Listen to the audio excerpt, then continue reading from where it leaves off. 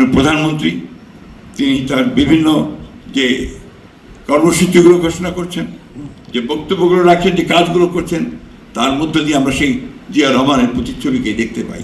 জিয়া রহমান বাংলাদেশের স্বাধীনতার সার্বভৌমত্ব তার অস্তিত্ব একাকার হয়ে গিয়েছিল।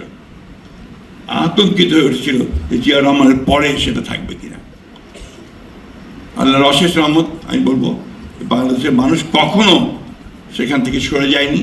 তারা বাংলাদেশকে হেফাজত করার জন্য সব সময় উঠে দাঁড়িয়েছে, যেমন জুলাইয়ে 24-এ আবার উঠে দাঁড়িয়েছে এবং বাংলাদেশকে আবার নতুন করে একটা শুরু করবার সুযোগ সৃষ্টি করে দিয়েছে।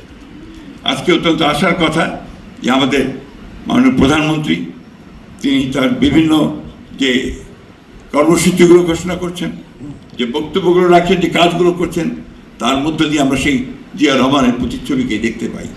আমরা বিশ্বাস করি যে তারেক রহমান সাহেব তার নেতৃত্বে বাংলাদেশকে সেদিকে এগিয়ে নিয়ে যেতে সক্ষম হবেন।